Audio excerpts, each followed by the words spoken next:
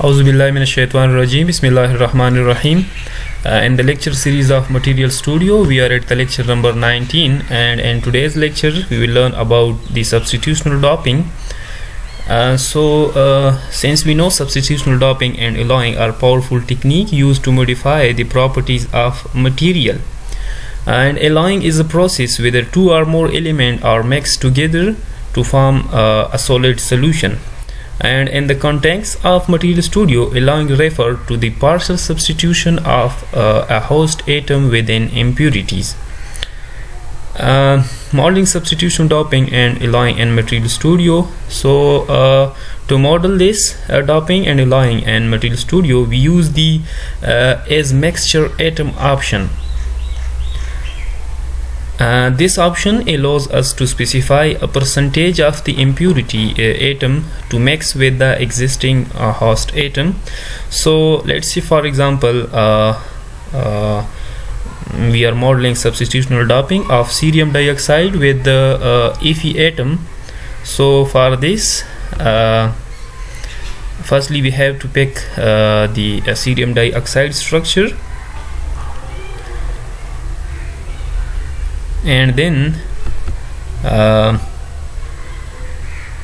choose the C atom as the host atom that you want to substitute with Fe atom. Like for example, we are choosing this C atom,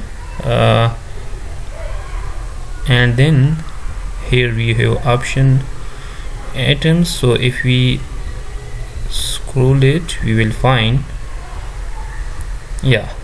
is mixture atom. So since we see there is no mixture, so simply click here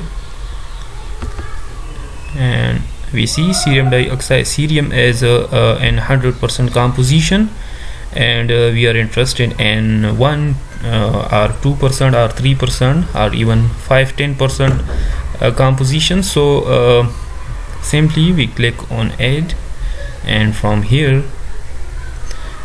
we select the iron and then click on OK, and let's specify the percentage for Fe atoms. So let's see, for example, we are starting with the 2%.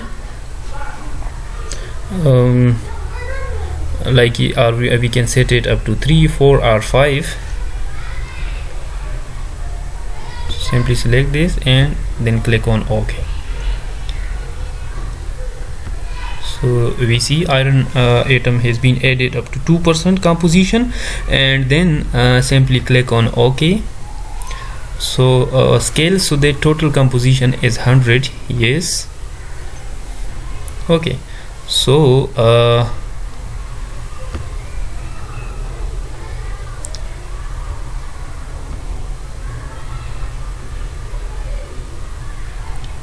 let us check whether